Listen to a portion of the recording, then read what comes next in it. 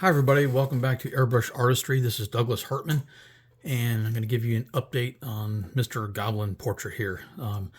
I really need to come up with a name for this guy, but anyway, as you can see from, if you've watched my last video, you can see that I've continued on to this section right here. And so the other day I got in and completed his eye socket area, the ridge of his eye, his cheekbone, and using these paper shields with different convex and concave forms and shapes torn onto them, I was able to map out the shapes and forms of his ear. And I've used these to map out everything, essentially, all the shapes on this guy. You know, they're very easy, cheap to make, obviously. And that's where we're at right now. And one of the things I'd like to point out is the importance of, and this is just my opinion, but the importance of not going too dark too fast as far as the darkest areas of your piece that you're working on. This area right here is the darkest value on this portrait. And I wanted to wait until I finished the surrounding area of his eye before I was like, okay, it's time to go straight black and establish this value in here. And once I did that, and I'm using my Iwata Takumi that I purchased from Drew Blair with his short trigger and the soft air spring and the air valve mechanism.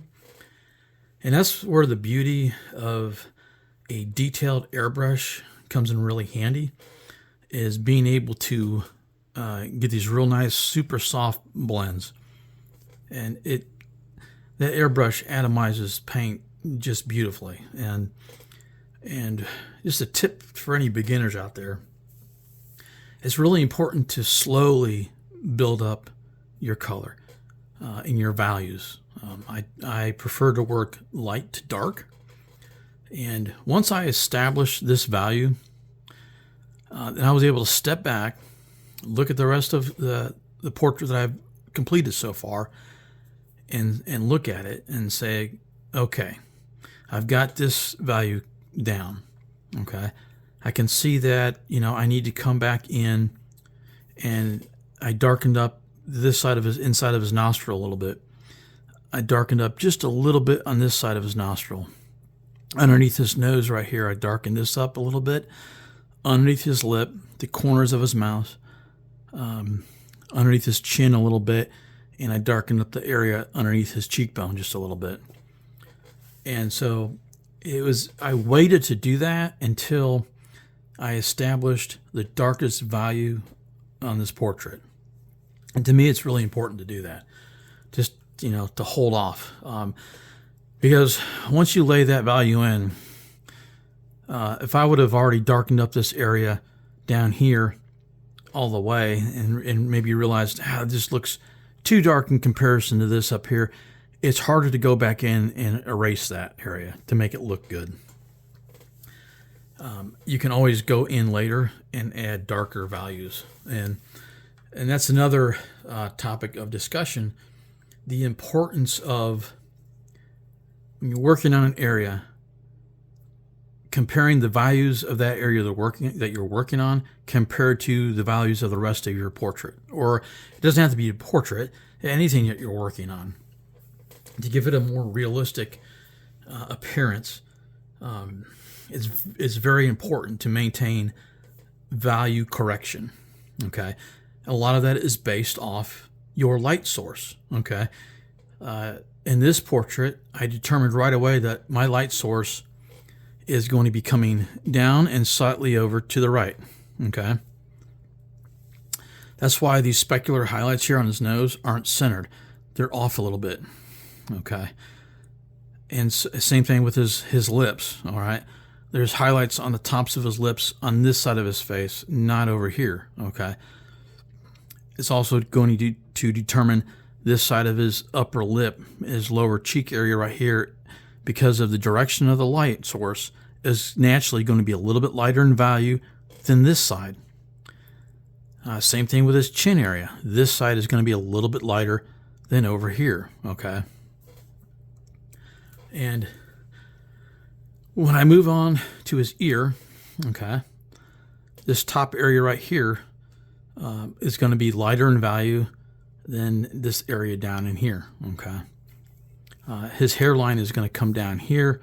I'm going to leave this area slightly vague because I'm going to go back over it anyway and to establish his hair. He's going to have fuzzy ear kind of coming out of here and stuff like that. And one thing also, the surface that I'm painting on is Archer's 140-pound hot pressed as opposed to cold pressed watercolor paper.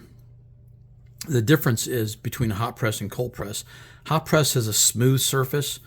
Cold pressed has a slight texture to it. You can get the same thing with illustration board. They refer to it as a plate finish or a vellum finish. Plate being a smooth finish, vellum being a textured surface.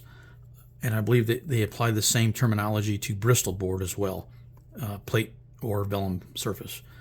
But the difference is, when using a paper surface like this to get a really bright highlight,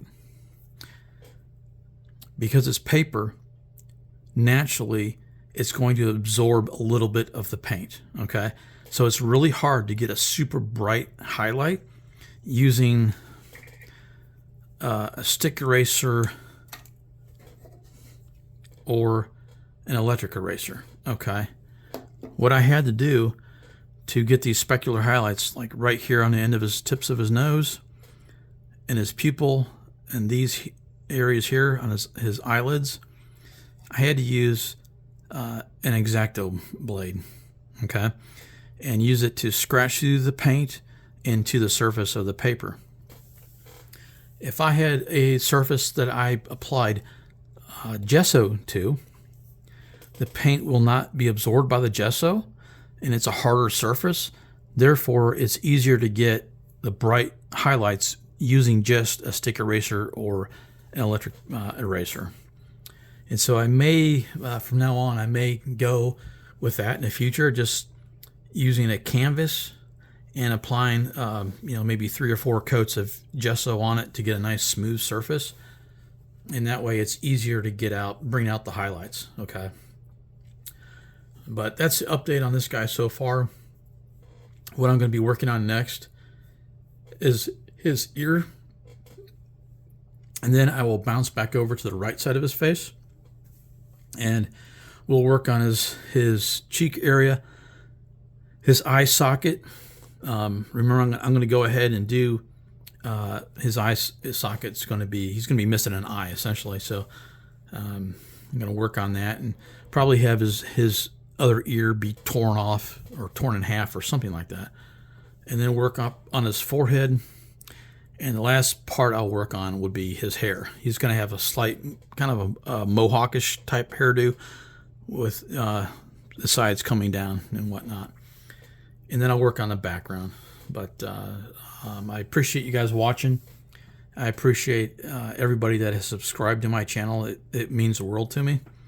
And if you're new, if you have any questions about anything that has to do with airbrushing or artwork or whatnot, please leave a comment and I will answer your question, okay? But I appreciate it, guys. I hope you have a great day, and I'll see you in the next video. All right, bye.